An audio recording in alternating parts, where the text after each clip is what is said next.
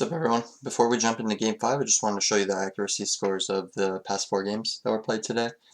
The first game on black, it was 90%. I felt pretty good, but obviously when I play black, I'm playing more reactionary than with my own plan in mind.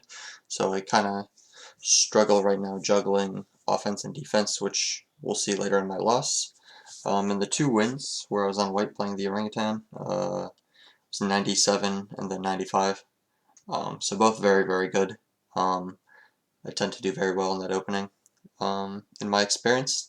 And then it's really when the games get longer that my accuracy goes down. And I don't think that's necessarily because of the opening. I think that's just because of, I play worse down the road, whether it be like an end game struggle, middle game, etc. Oh yeah, and then, sorry, brain fart. This last game, pretty horrendous performance. I'd like to say that 97 was mine, but mine was actually the 42. So yeah, when I'm reacting to stuff that isn't E4, I don't do very well. So I really have to come up with some solid kind of performance. I played the Caro-Kann this game around, and I think I'm going to try that again next time against C4. Because when I looked over like the first few moves, I was still kind of like keeping it even. I mean, I never got like above a point advantage for him after like the first 10 to 15 moves, so I was doing fine with the Caro-Kann. I think it was really just my defense where I do poorly in, which I think kind of makes sense for my D4 games as well, because with D4 I commonly play the King's Indian, in which case you kind of build a fortress, which is, reliant completely on your defensive skills. So if my defensive skills blow, then obviously all my defensive games are probably going to blow. But yeah, just thought I'd show you that before I jump into the next game. Anyway, let me switch back to the other account. So let's log out, log in. And that's just to show you some of what I'm like analyzing in between recording. So 4 more games today, hopefully, depending on how long they take. Okay, so 1 more game on black. What are we going to see?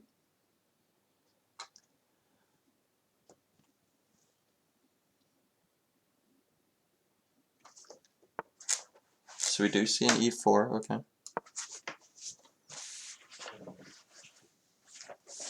So it's a Caro. And then he's 1671. I'm 1705. Alright, now I'm a few games off of PR, unfortunately, because of my earlier hiccup. Hopefully I can get a few games on white in a row. Okay, so he pushed E5. So like last time, I think I want to try out this C5 idea somewhere in my games. Okay. That's interesting. Do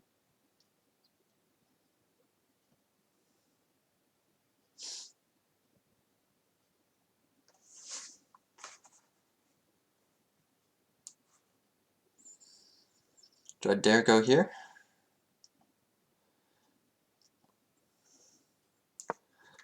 Then maybe E6 and then I could bring my knight in? I'm not quite sure.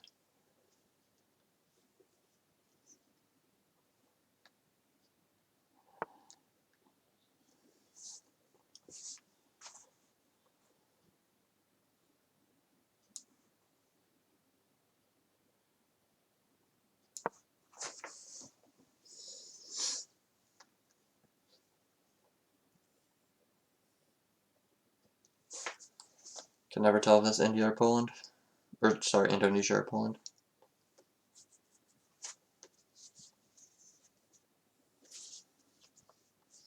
Just kind of dumb since I am Polish. I should know that.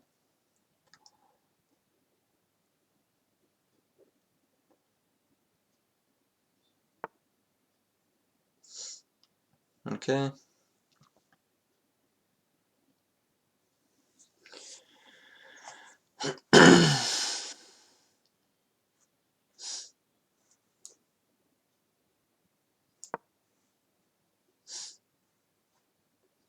This is on purpose, by the way.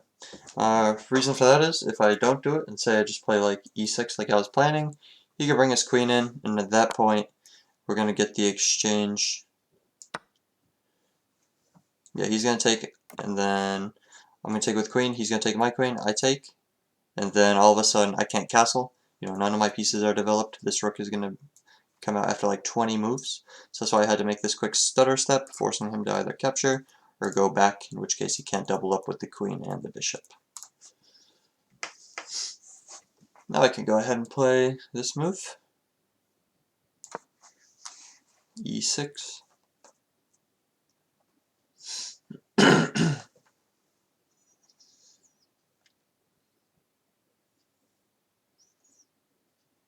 So that's why a lot of people, just like as a general lesson, might see the move, you know, A6, H6, H3, A3, and they just think, oh, you know, that's a decent waiting move. You know, if I don't know what to do, I might as well do one of those. But in actuality, sometimes it can actually hurt more than help, just because it takes up a tempo. So only do that when it like has a purpose. Like right there, it had a very good purpose. It allowed me to, you know, fix my pieces correctly. So situations like that, it's always okay.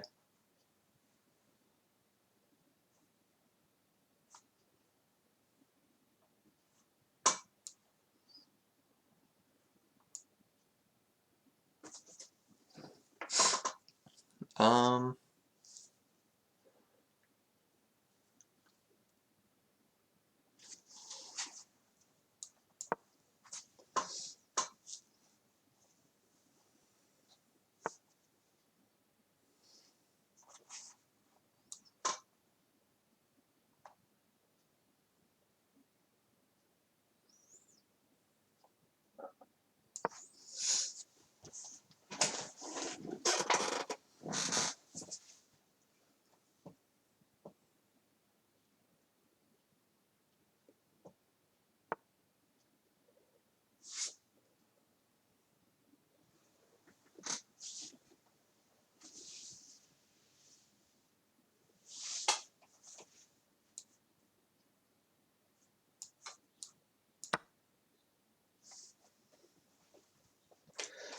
so there's a difference between what's called a waiting move and what's called a stalling move.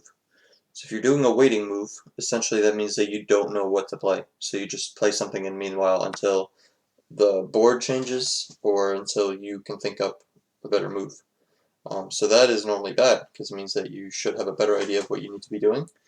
But a stalling move, what that means is that you're waiting for your opponent to worsen his position or tell you how he's going to place his pieces, which allows you to more accurately choose where you want to place yours. That is just fun.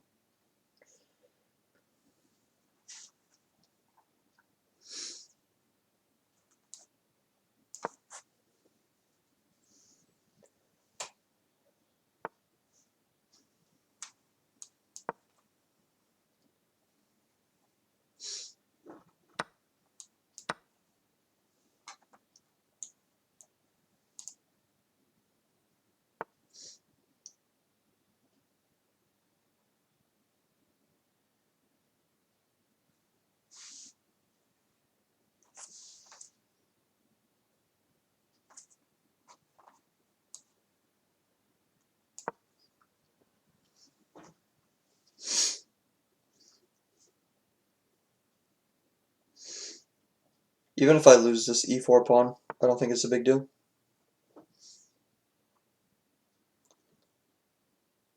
Because his position is pretty bad right now.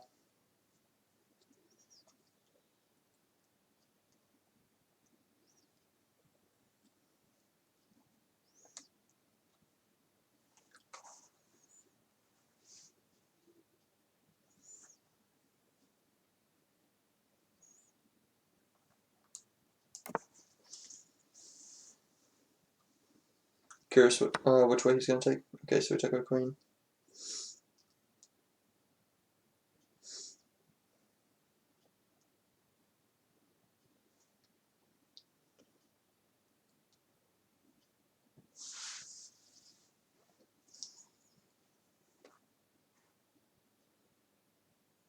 I could trade with him here, but I also don't have to.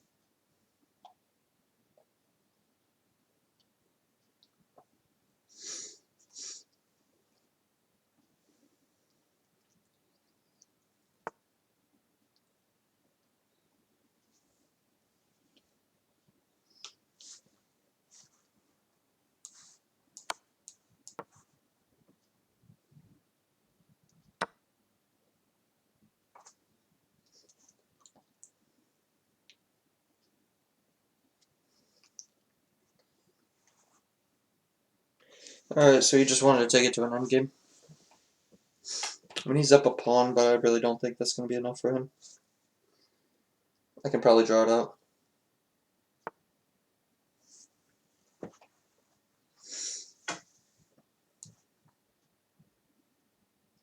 Okay, for order of business, I'm going to play this. If he emphasizes, I'll take back with the pawn, just to keep him connected.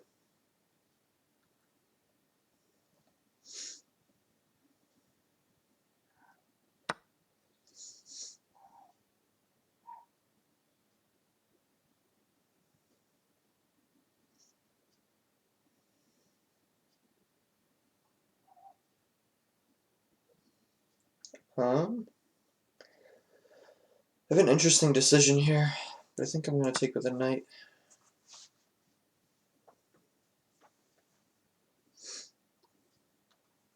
And now I can either double his pawns, or I can get my pawn back, and then I'll be bishop versus knight in an endgame.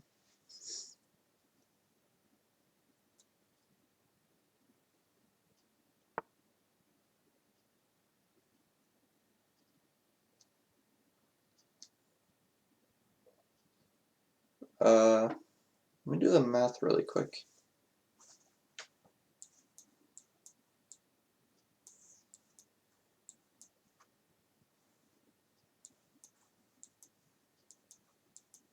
Yeah, I catch him.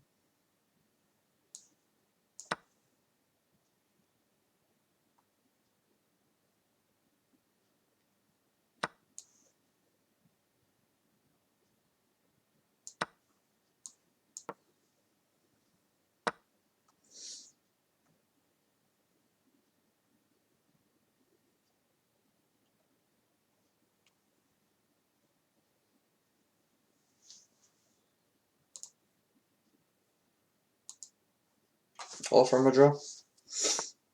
He doesn't want it.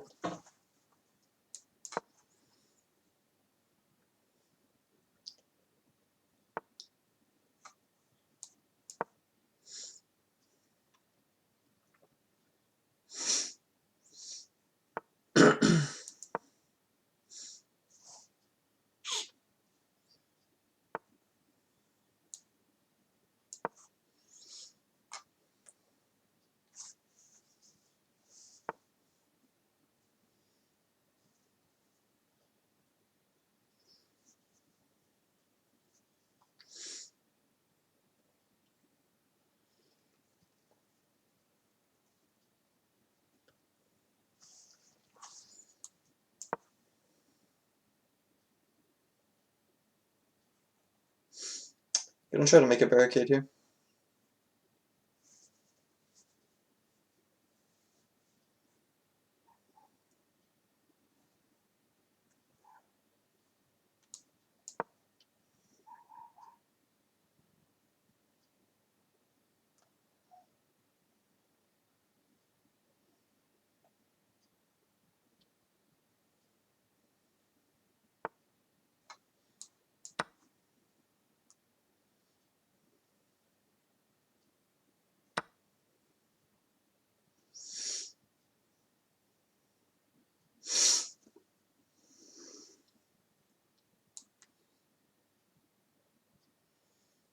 Wonder if I could just move back and forth.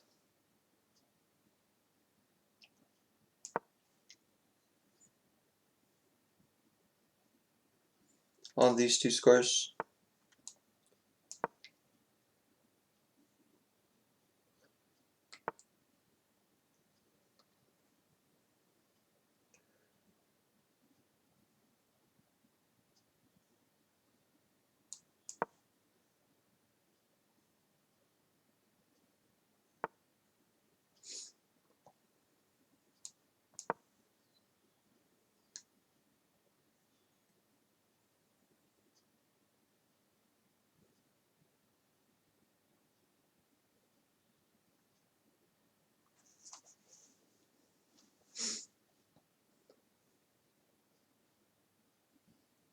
If he ever pushes h5, I think I'm just gonna play g5. And then it's just a draw.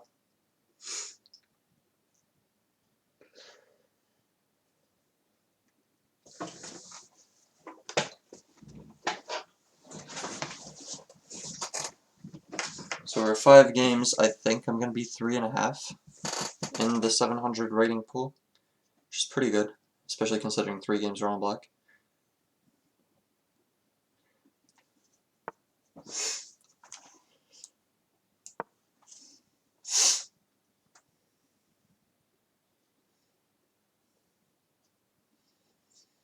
I mean, he has a chance of winning if he sacks his c-pawn for tempo, but I think I'm still okay. Because the thing is, I never have to leave my pawn.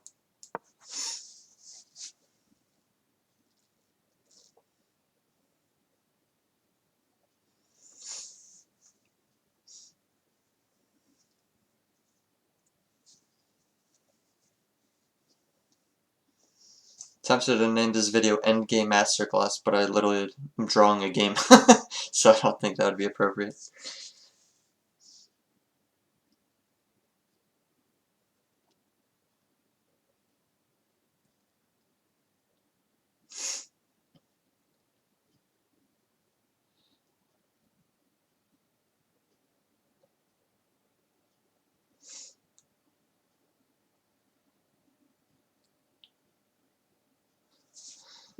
Look at all these moves I've just went from b6, c7, etc.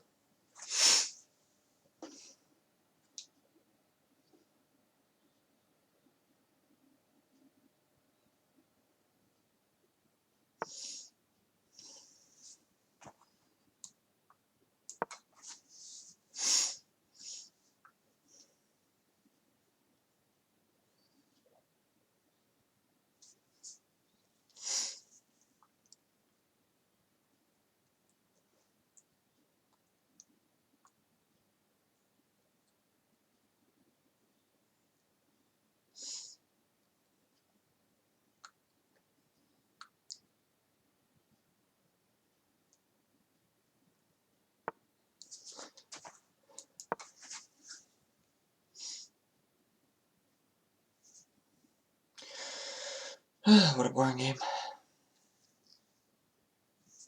And I'm gonna lose a point from it too.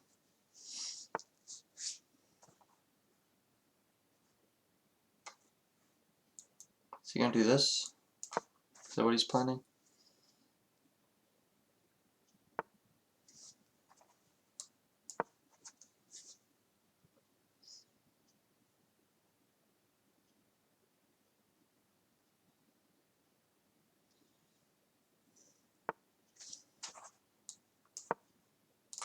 Come on, dude.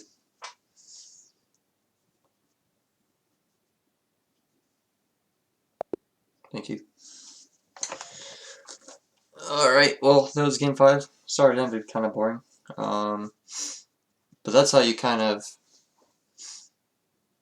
How am I trying to say this? You could take, like, certain risks when it comes to the game, if, like, the point value isn't going to change too much. Like, if you sack a pawn or two for prio, then it's not really a big deal, because down the road, you're just able to draw it out if you have to. And that's kind of like what I did this game. I sacked a piece for, like, a positional advantage, but then he just traded all the pieces off the board, so it was just, I didn't have a chance to make any use of my advantage, and then he didn't have a chance to make use of his extra pawn. But anyway, gonna begin game 6 here just momentarily. Thanks for watching.